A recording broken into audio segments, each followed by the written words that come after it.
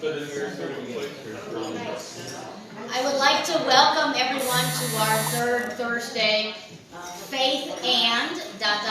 gathering this evening. How's the sound? Okay. So for those who are speaking tonight, know that just because there is a microphone doesn't mean you don't still have to speak up. Thank you.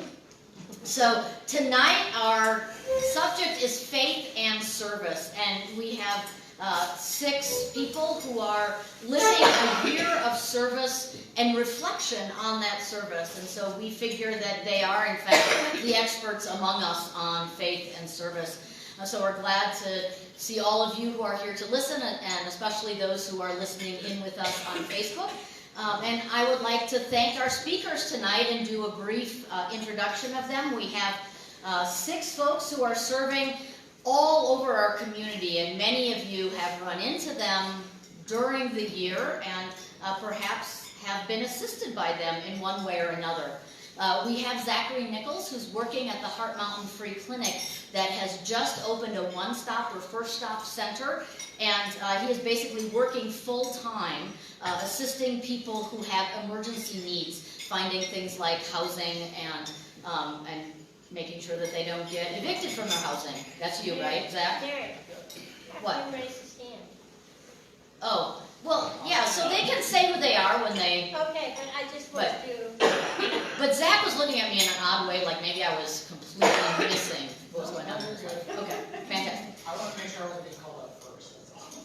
Oh, interesting. That was the anxious look you were giving me.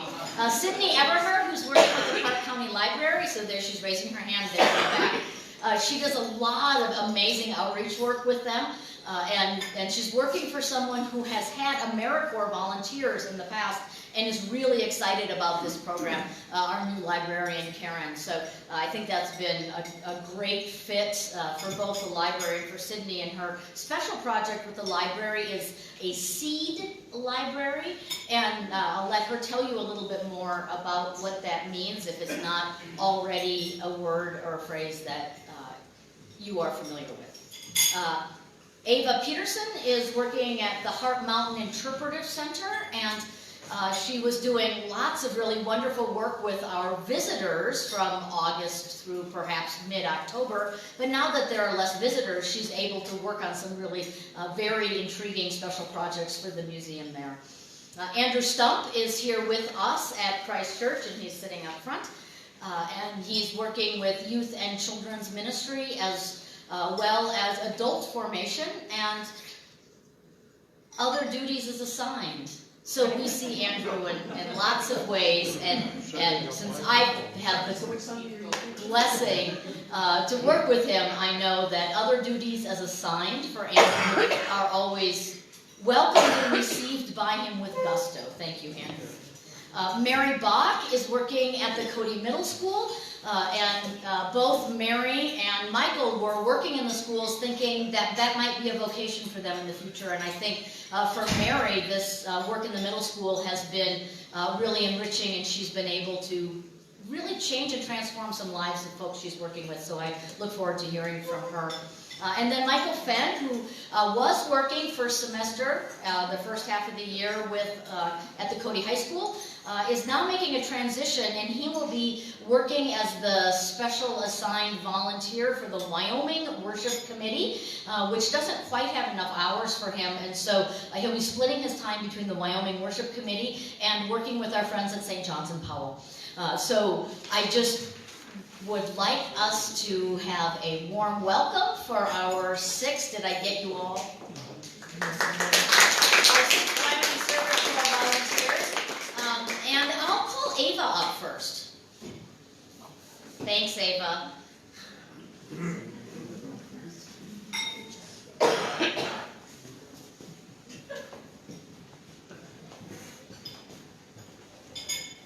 Hi, Mary, I have a question for you.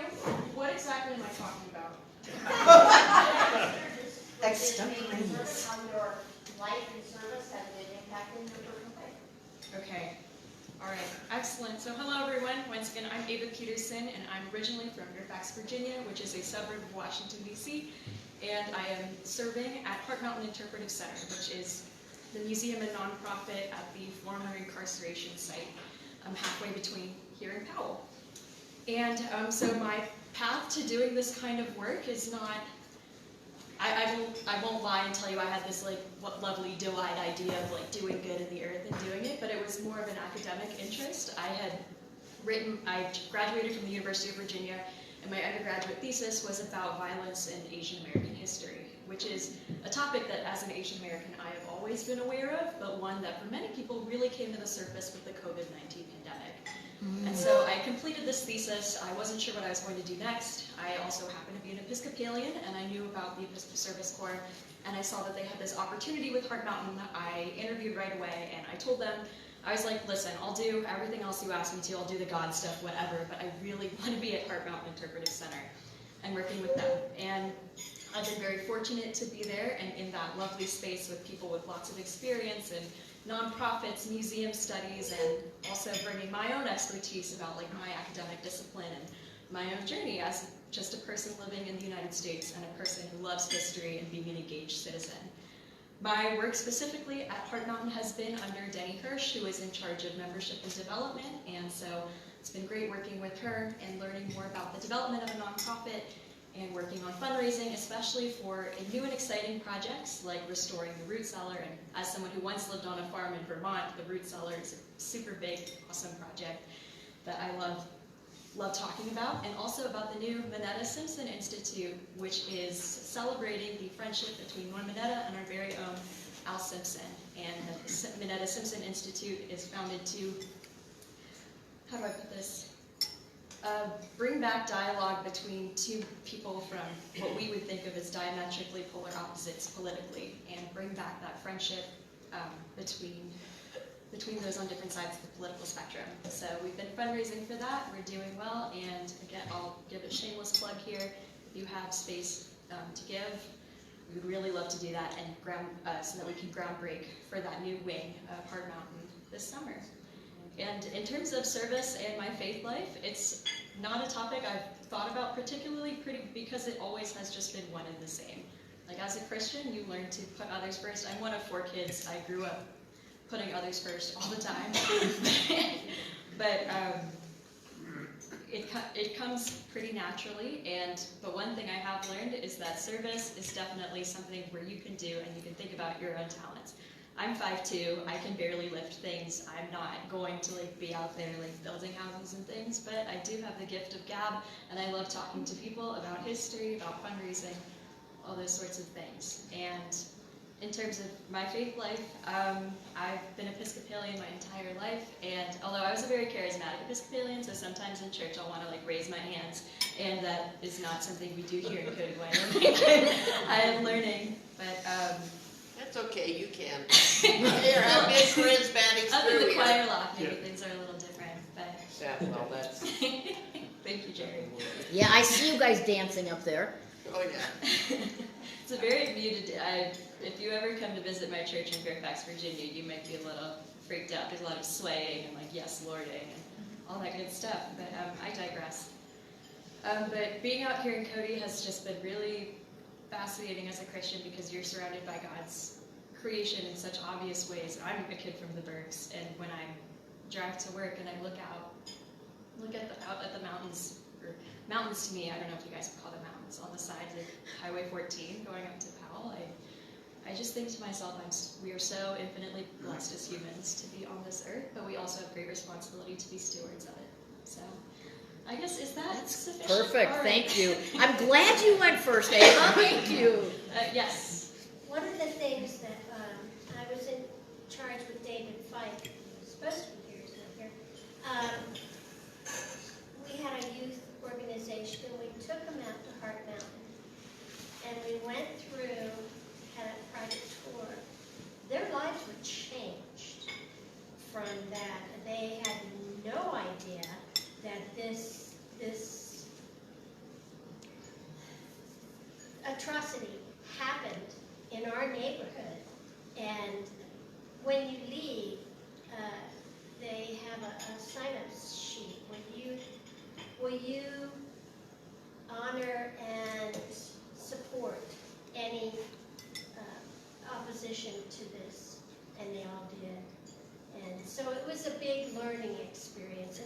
what you're doing is just validating our world. Thank you. Well, thank you for that recognition. I will say it was a city of 10,767 people behind barbed wire, and it was the third largest city in Wyoming when it was open, and yet it was completely dismantled when it was over, and I've become kind of an evangelist. Whenever I'm at a bar out in Cody, I'm like, yelling. I'm like, can you believe they did this? And people are like, I'm from Wyoming, I didn't know this happened. So, one person at a time.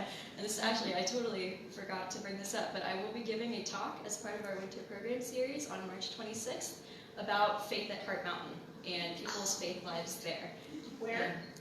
It will be at Heart Mountain, and it will be going on in person. However, due to social distancing, there will be limited space. But if you go on heartmountain.org, you can sign up for that talk. So I'll be doing one about religion, but there will be other talks about other subjects as well. Great, awesome. Thank you, Ava.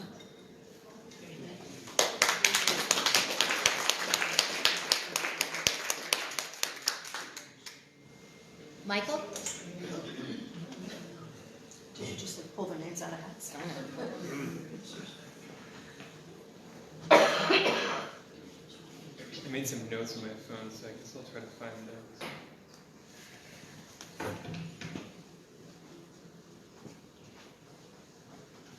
Sometimes my phone's...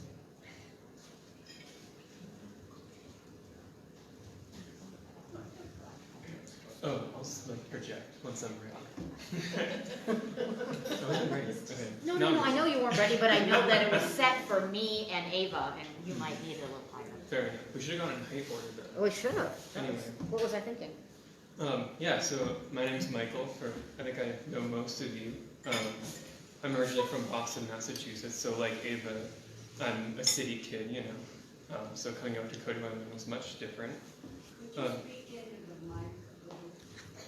I said I would project, and that was a lie. I know you're soft-spoken, Michael. Mellow The problem is, voice. like, the taller you get it, the further away it gets, so you might have to, like, move Just- your nose over here. There you go. Here we go. Yeah, so I'm originally from Boston, so like Ava, I'm a city kid. So coming out to Cody was very different, I knew nobody that hunted or fished and actually did that. I thought that was sort of like a myth,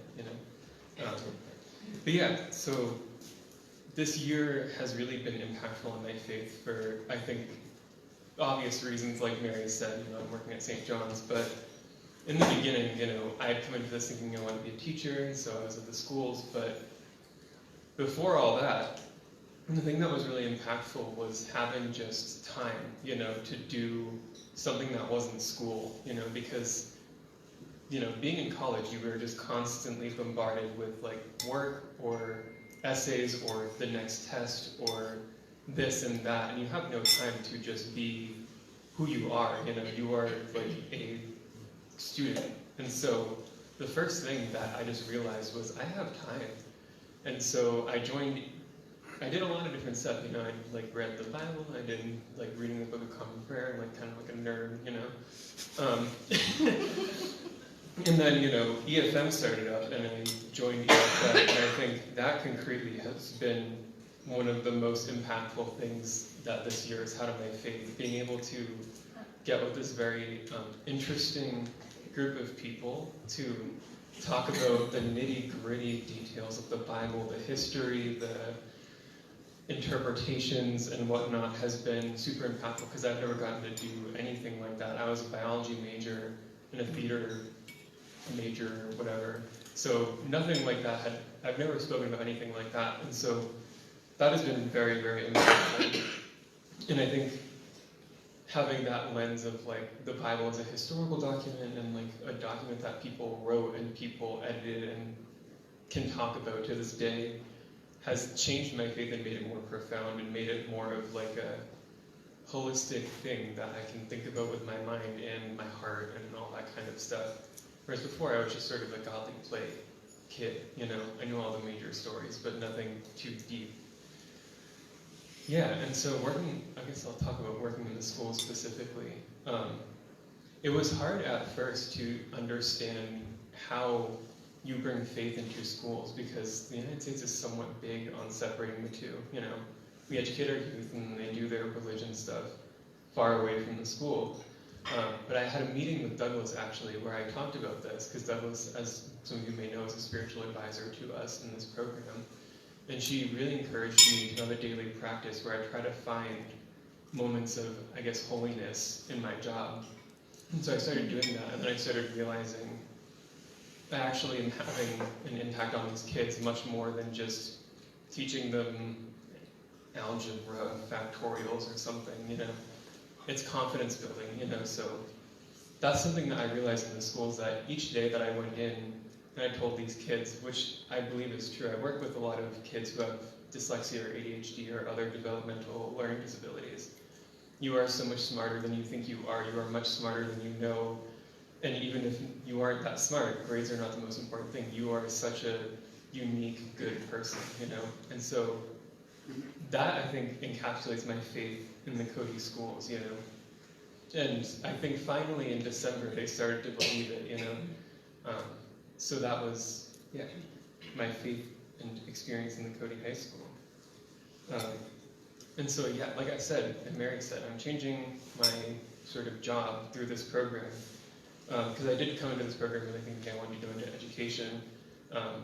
And I realized for other reasons that that is not my calling anymore, you know. I don't want to be in, I guess I should backtrack and say, I realized through the high school that my real passion is connection and community and being there for someone rather than being an educator, if that makes sense. Sort of splitting hairs in some ways, but so, and then, you know, I started talking to Alan about it, I started talking about it with other people, and sort of serendipitously it worked out that I can work at St. John's in Powell for the remainder of the year, where I'll be doing more stuff with liturgy and more stuff with filling my time with other sort of roles in the church, sort of as assigned.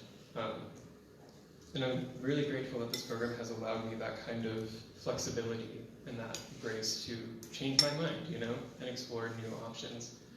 And it's especially helpful going into discernment for ordination, which will be happening very soon, and applying to seminary and having that perspective before doing all that will be really good and really helpful. Yeah. And yeah, I think that's about it for me.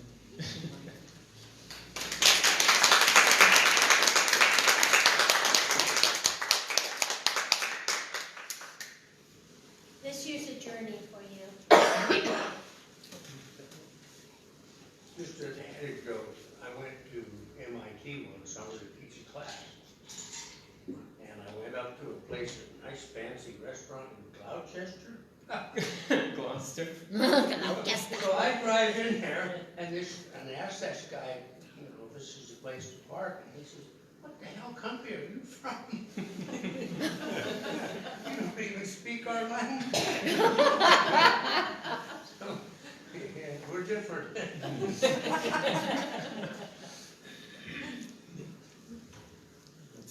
Andrew?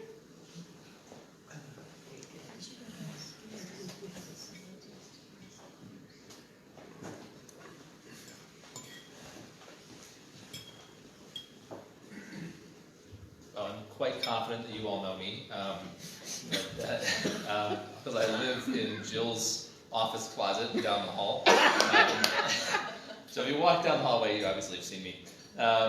Yeah, I'm Andrew. If you don't know this, I'm from Ohio, a town of about 20,000 in the north central part of the state. So coming out here was not the same as it was for people from big cities. Obviously, my town's a little bit bigger than Cody, but it's pretty similar size-wise, pretty similar feel-wise. Interesting seeing mountains. That was something I hadn't really experienced before. The air being really thin here. When I went out for a run and almost collapsed about half a mile in, that was a learning experience. But aside from that, you know, the reason I'm here obviously is not to regale you with stories of my acclimation to the altitude. So as Mary said, I'm working with the youth programs here. That sort of came about because I've been had an interesting journey with my faith. The last 4 years have been a period of transformation in my life. I was pretty much firmly away from the church for a long time. And about 4.5 years ago, I had a come to Jesus moment in a very corny and literal way. And my life has been on a whirlwind path ever since then. So coming out here was very much an exploration of that. That I left college not really knowing what to do, but also on this kind of in this liminal space between who I am and who I'm going to be, as I'm sure other people in the program can relate to.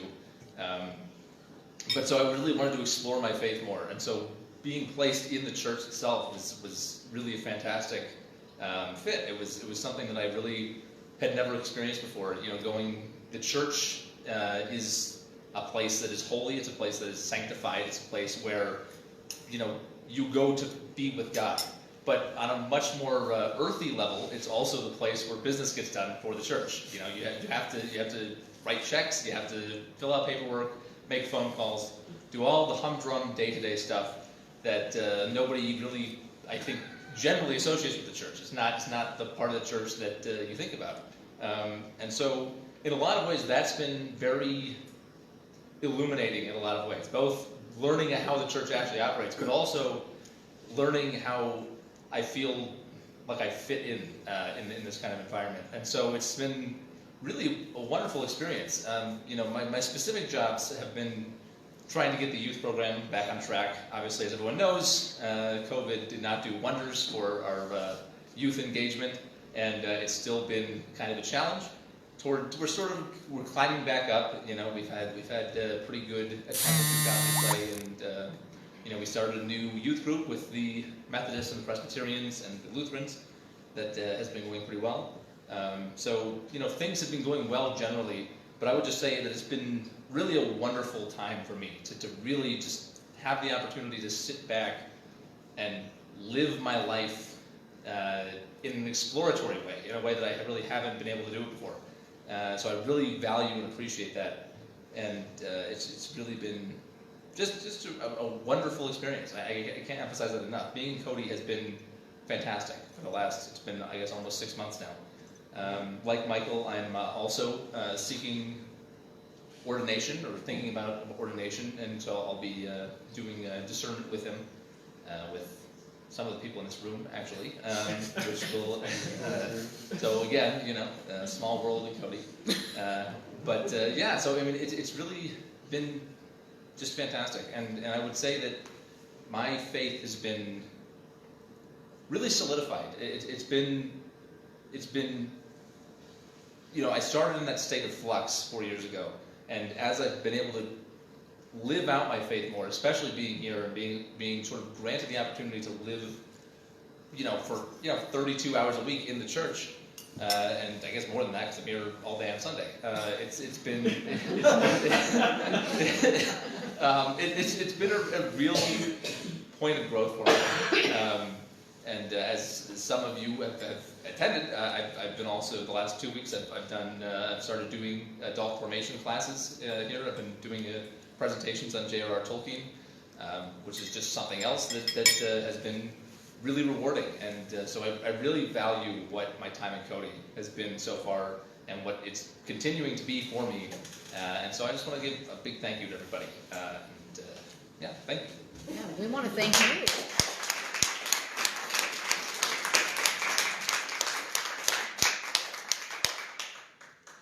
Mary? Mary here? Did she skip out? Did she leave? Oh, this is somebody else has to go. Zachary. Somebody pretend to be married. I am Mary, I guess. True.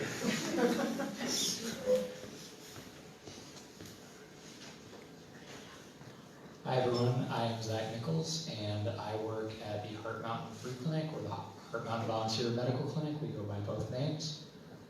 I have no medical qualifications whatsoever beyond an expired lifeguard certification. My undergraduate major was actually in film production, so here I am working in a medical clinic. No, but what I do there is running this new program they've developed called The First Stop, and it is a help center for people who are living in poverty and are facing some sort of crisis, whether that's with their housing, or they can't afford their utilities, or their car breaks down, or really it can be any manner of things. And while there's a lot of paperwork and logistics and helping people fill out applications, an unexpectedly large part of my work has been sort of spiritual or ministerial, in that I'm kind of just sitting with these people for long periods of time and listening to their life stories, hearing how they got to where they are. And a lot of the people that I work with have experienced very deep traumas, and their crisis is, it's a financial one, but it's a spiritual one too. And so it has been a really challenging experience, but a really rewarding one, and one that has definitely allowed me to grow in my faith. A very important part of faith to me is the kind of direct service and helping those in need. And so that's been a really transformative experience. And also just getting to live here and take in the splendor of God's creation has been just amazing. Yeah.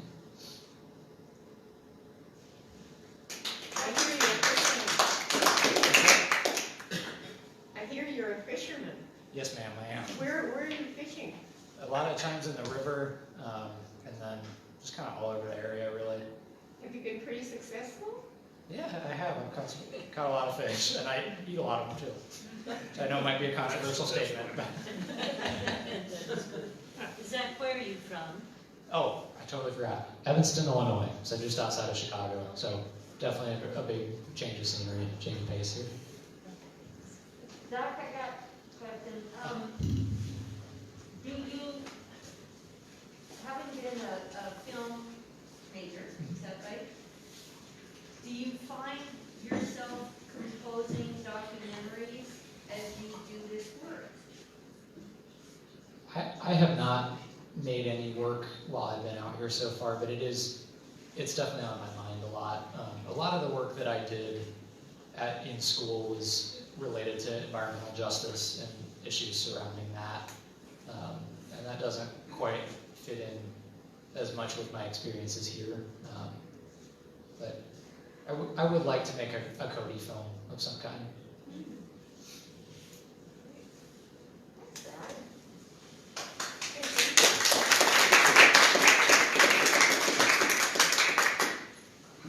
Sydney, do you want to come? Do some sharing about the library and seeds. Two things I wouldn't necessarily think go together, but apparently do.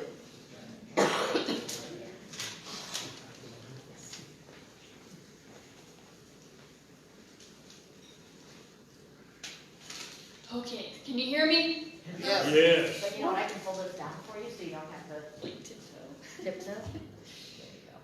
However you want it. Is that good? Okay, that work? Yes. Okay. Doesn't do any good if you can't hear me. My name's Sydney. I'm sure most of you have met me already. My placement is at the library. I'll start out with where I'm from. I'm from Fork, North Carolina. All my papers say Knoxville because Fork is so small it doesn't have a post office. It's about 2,600 people, so Cody's really an upgrade, you know. We have our own Walmart here in the mailing address. Yes. And Knoxville has both a post office and a Walmart, and only has about 6,000 people. So, unlike most of the group, I am from a rural area. I grew up with many of my friends and family members experiencing the sort of brain drain, rural poverty blender of issues that you get in former farming and factory environments. And I ended up starting a food pantry as a kid at my church. And so that has led a lot of my faith journey. I was lucky enough to go to the University of the South, Swanee in Tennessee, has a seminary. Also about 2,000 people there. It's a good number. And how I ended up in ESC is I was sitting at my desk looking at my NC State grad school application for plant science, and I was like, what am I doing? I'm not ready for this. I'm not published. I don't know who I'm helping. What's the point of spending thousands of dollars on a PhD if you don't know what you're going to do with it? So so I sat down over Christmas break and I did my ESC application and said, you know what? I'm going to do something with a purpose for a year, give myself some time to think, and maybe keep doing sort of work I'd already been doing at home with my own church, just maybe somewhere a little bit different. So here I am. What have I delivered to your community so far? Well, I'm starting seed libraries at all 3 branches of the libraries. So the seed libraries are basically card catalogs repurposed to hold free seeds. Folks can check them out. Ideally, you know, in a work like a library, you can check seeds back in, but not everyone in the community necessarily knows how to save seeds. So we'll also be doing plant science education and that sort of thing around seed saving, garden planting, native plant species, all that kind of good stuff. One of the good things that come with seed libraries are opportunities for increasing your own self-sufficiency in the fight against hunger, but also looking at that in a new lens than I had. If you've ever worked with food pantries, you know a lot of that is price support, grain elevator sort of food, not a lot of fresh produce, not a lot of options, not a lot of choice. So I get a lot of joy starting up the seed libraries and hoping that folks from all sorts of backgrounds can learn and enjoy in plants and what they have to offer us. I participated in Rendezvous Royale at the library. If you didn't know, your library has a wonderful art collection, and they didn't have it archived in any way before I got there. I was a biology and English major, so I was way outside of my area of expertise, but I said yes and did it anyways, and I've been doing art tours recently. I have another one on the 24th at 10 a.m. at the Cody branch. Just learning about local artists and appreciating what we have in our community in terms of creative thought. And I also do odd jobs, as is, you know, the library lifestyle. So we sell books on Amazon to support the foundation for the library. And being young, I am good with the computer.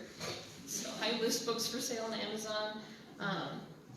I helped launch the Story Walk. If you haven't seen the Story Walk in Cody, we have a children's book up that rotates every month or so, depending on the weather, so that folks can come outside, maybe kids that can't deal with the harsh lighting or the overstimulation of being in a busy public space, can enjoy a book outside, or just anyone. And we have some new benches to go with that, and I glued together a couple 100 pig noses so that the preschools could come for that launch event.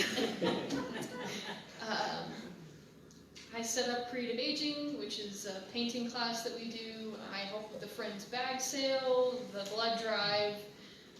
There's now a hopscotch outside the kids department that we did with UW Ag Extension. I do show the AV stuff sometimes.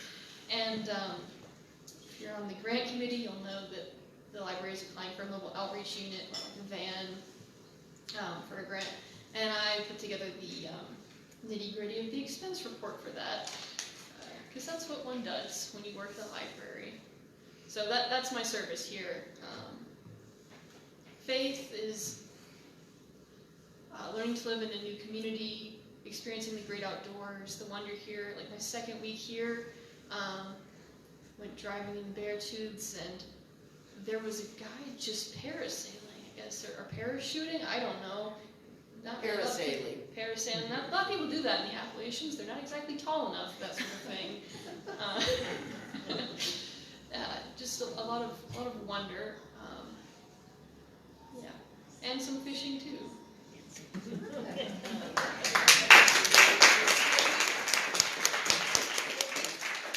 Do you see a relationship at all with your, at home with the food pantry and really what you do at the library?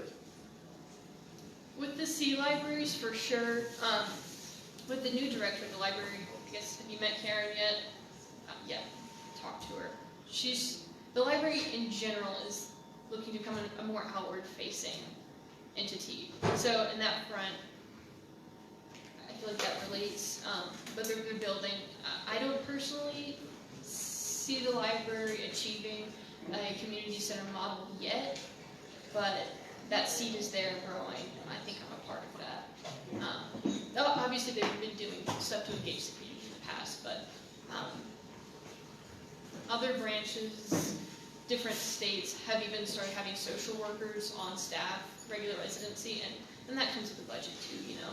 Can't do everything, but sort of catching up with a new standard, but also a new hope for seeing libraries being a place where people can access not just book learning and entertainment, but book learning and entertainment that leads to community growth and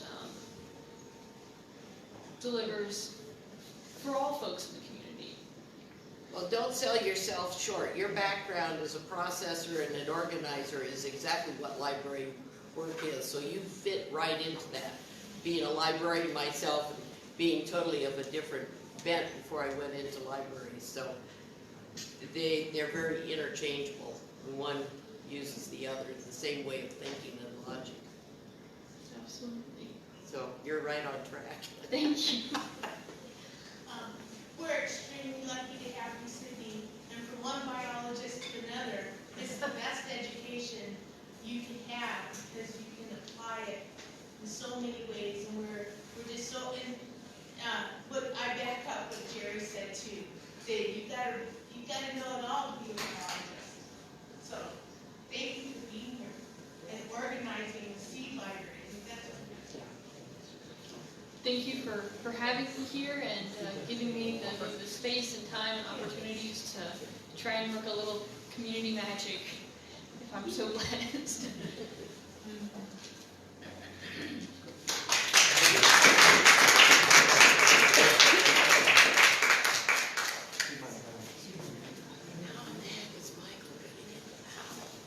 Well, y'all, thank you so much for sharing. Thank you for coming and listening. This was just a small snapshot of the good work that's been done in our community this year. Already, the Wyoming Service Corps members have done 3,840 hours of community service, which is pretty awesome. Let alone the countless interpersonal relationships and lives they've changed. So, thank you for your support so far. Thank you for your continued support as we move into this next year. And thank you to the Wyoming Service Corps members for trusting us, for moving out here, and for, for serving our community so well. So, thank you guys. And Warren. Yeah, could you also talk on behalf of everybody about the other part of the Creation Care Grant that's working out? Yeah, so part of what we do is, when we're not doing service, is there's a formational component. And we really wanted this program to focus on this place. So finding our roots here, not because this community, I mean, obviously it's gorgeous, but finding your roots here so that you have the tools to go and do it wherever you end up next. And so we've spent a lot of time engaging our faith through conversations with faith leaders, through reading books, through engaging in the outdoors. And Warren, as he mentioned, is we worked together for a Creation Care Grant. And so that's involved all sorts of cool field trips that we've taken, all sorts of cool conversations we've had with faith leaders about how the earth and our faith intersect. And so we're continuing to explore that. And as everybody mentioned tonight, yeah, it's been a huge part of their formation. Just this place and its majesty. So. Yeah. Can you talk, because maybe everybody understands better than I, but I heard applications to get in. Mm-hmm. How do you handle your housing? How do you get where you go? How do you get placed in the venues you're placed in for service? Yeah. Just some of that real background kind of stuff. Perfect. Yeah, so we have a application process that is a shared common application for all Episcopal Service Corps locations in the country. When you apply, you rank which programs interest you the most, and then that is the process that starts interviews and conversations. The oversight board for the Wyoming Service Corps conducts those interviews, as well as the application, the common application, and references, resumes, etc. Our board tries to build a group that has diverse backgrounds and experiences that we think will work well together. but also just individuals we think could grow from experiencing this community. So we try to find that balance of like, wow, this is a really great candidate, and I think we have something to give them in this community. Once they are accepted into a program, there's a weird, awkward time period, but they moved out August 1st, and they stay at Thomas the Apostle Center. So we just pay rent to TAC, but we're so blessed to have that relationship. The space is giving, and Rob and Rebecca do a great job of being neighbors and mentors as well. The finances come from our placements and our community partners. That's our major source of income, along with grants and private donations. Those placements are kind of a mutual conversation. So we sit down with the core member, we sit down with our community partners and the board, and we want to make sure that the skill sets match, but also that it's an opportunity to grow and expand new things. Andrew spoke to it kind of directly. He thought, hey, maybe I want to be a priest. Let's put him at Christ Church. That was one of the more direct ones. But we have really thoughtful conversations. We try to make sure that every placement serves the community and serves the core member equally. So hopefully that answers. Alan, have applications started for next year? Yes, yeah. So applications opened in November. And so we've been interviewing people nonstop, it feels like, the past week and a half. So we're excited to be thinking ahead to year 2 while also focusing on the folks that are here with us today. Yeah. All right, do you have plans to track these people for the next 10 or 15 years? Yes. As friends, 100%. Yeah. I don't think we have any quantitative data strategies, but I think that we've invited everyone here into our lives. Right, And but is there a plan? no. Okay, let's Yeah. get that together. Perfect. Yeah. Yeah, Catherine. I just think it's important, Angela, that the partners, that Alan and everyone that got this program going are returning for us next year mostly. And that list is growing. So Heart Mountain, the Tournament Museum, the school system, the library, and we're all growing, Christ Church. So that's always we're always, I think, always curious about new partners. So we're curious what maybe you know. We need Care for the elderly. people growing around. I was gonna say, get a little help on the ranch. Alan, how do you get your patronage? As far as, do you mean by like donations? Right. That's something we're exploring right now. That's not one of my strong skill sets. So, it's been really great this past year for support from our community partners. We've been really successful writing grants, so that's been great. But those are often 1 or 2 year cycles. That we can't rely on those long term. As far as fundraising, if you have any ideas, let me know. I could use all the help we can get, and I didn't want to pass the hat tonight, but you can come talk to me afterwards if you feel so called. Kate? Yeah, Kate? Do you guys get paid a stipend at all for living expenses? Yes. Yeah, so the structure, it's pretty unique. So every core member gets a personal stipend that can do whatever they want with it. But then there's a communal food and transportation budget that each year the cohort gets to decide how that's distributed. Tying into the intentional living and intentional community model. So I think the model this year is pretty cool, where there's some bulk groceries that everybody shares, and then each individual gets a little bit to buy whatever they want. That's not something we top-down structure. That's something that this group developed themselves. And then everybody has access to health insurance if needed, free mental health counseling, and a gym membership. So, yeah. And a roof over their head. And a roof, Thomas yeah, the Apostle and Center. staying at TAC, which is pretty cool. It's a good spot. So, yeah. So it's, I guess my question is, it's not strictly a volunteer year where you just drop everything. Pretty much is. The stipend is Pretty teeny much tiny, is. to put it politely. It is teeny tiny. So, Simple living. yeah. Well, thank you guys for what you do. It's astounding. Just astounding. Yeah. Now, how are community partners volunteer? How does that evolve? Where do they come from? Yeah, so it's pretty much just local nonprofit, civic, or religious organizations that have expressed interest in working with us. The first year, it was a lot of convincing. For second year, there's people in the community that have reached out. They've seen the Corps members in action, and they say, we want to be a part of that. And so the first year was a lot of meetings and handshakes and behind the deal, like, please, please, please. Subsequent years, I think that this program speaks for itself, and people have approached us about becoming partners. And every partner pays a volunteer fee in order to have a volunteer working with them for 32 hours a week over a 10-month period. And you just have to be a large enough entity that you can afford to pay a volunteer fee. What is the fee? This past year it was $14,000.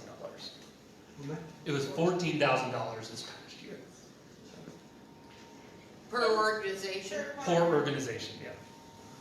And we have talked about possibly putting it out to Christ Church to ask members, do you want to be a part of contributing to one of these sponsorships, whether it's $500 or $25 or whatever, but raising money because we have a generous church and wealthy church. Yeah, so just to expand on that, there is an organization in Park County or in Wyoming that you think would be a good fit and you want to pursue that, please talk to me and we can explore that opportunity together. We want to be doing as good, to quote John Wesley, as the heathen Methodist I am, do all the good we can in all the ways we can, in all the times we can, in all the places we can. It goes on and on. We want to do the best we can. And that is, yeah, so thank you. Yeah. Catherine, I'm so sorry. Yeah, kind of back to Warren and the creation grant. Really, there's also this environmental impact, this sort of the nationals theme that we are stewards of the environment and service towards one another, and food and shelter and all that. So that's always a great partner we're looking for to grow. We got health, but there's all those needs that we sort of define as being Christian, and the care for the environment, we need like another group. So like fish and game, it's not as easy to work with them. So that's something to pray about. How can we find a really good, I mean, luckily we don't have an oil spill here, but we kind of need some gorilla in the environmental room, I think. Thank you. Well, thank you all again for coming tonight. Thank you, the Service Corps members, for sharing about your faith and your service. Did you mention the Cody Living article? Oh yeah, we're in this month's Cody Living. They got interviewed, so if you don't subscribe, go ahead and sign up for it. It's free, but there's a cool interview in there of all the Service Corps members. So a little bit of what you heard tonight, and a little bit that was just the extra tidbits you can get in the magazine. So cool.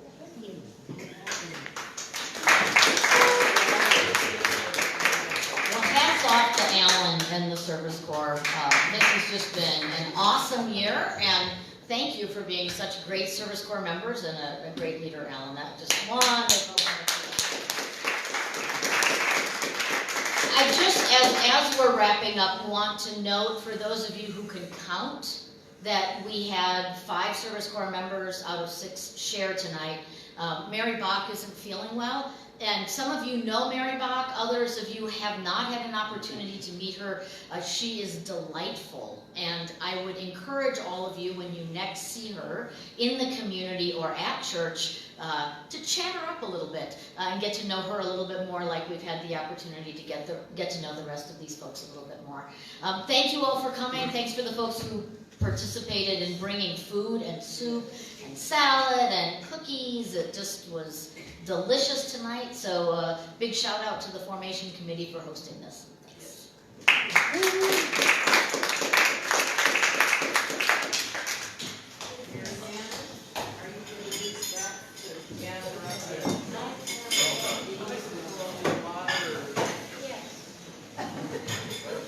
Well, I'm ready to move, so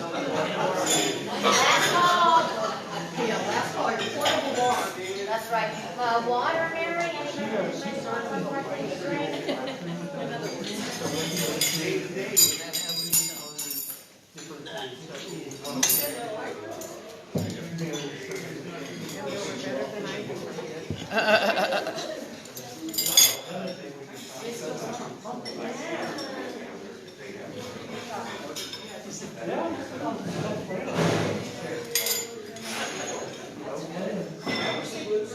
I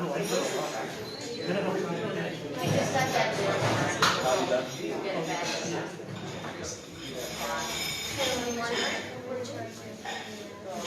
Did you see in the, I can't remember the Tribune or the Enterprise, young man who was a CA I have more graduate and then got a master's in mechanical engineering.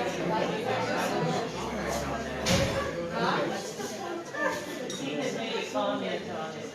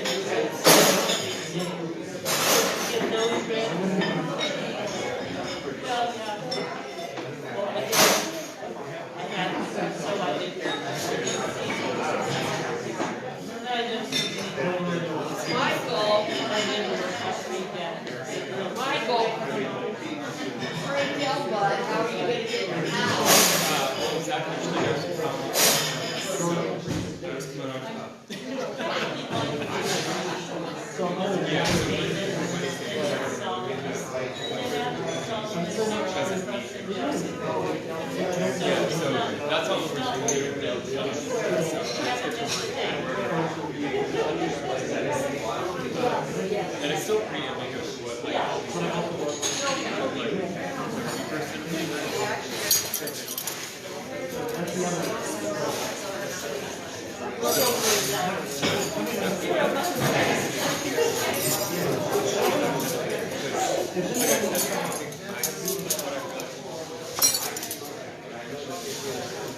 being there. So, yeah, exactly. So I want to explore that.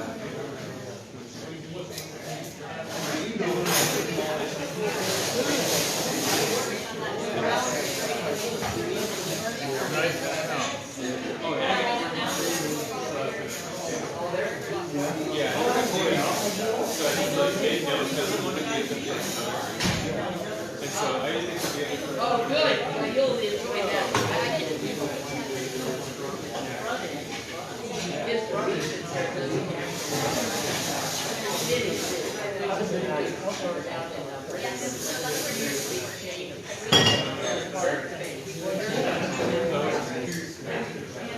Yeah, he does. I'll make it.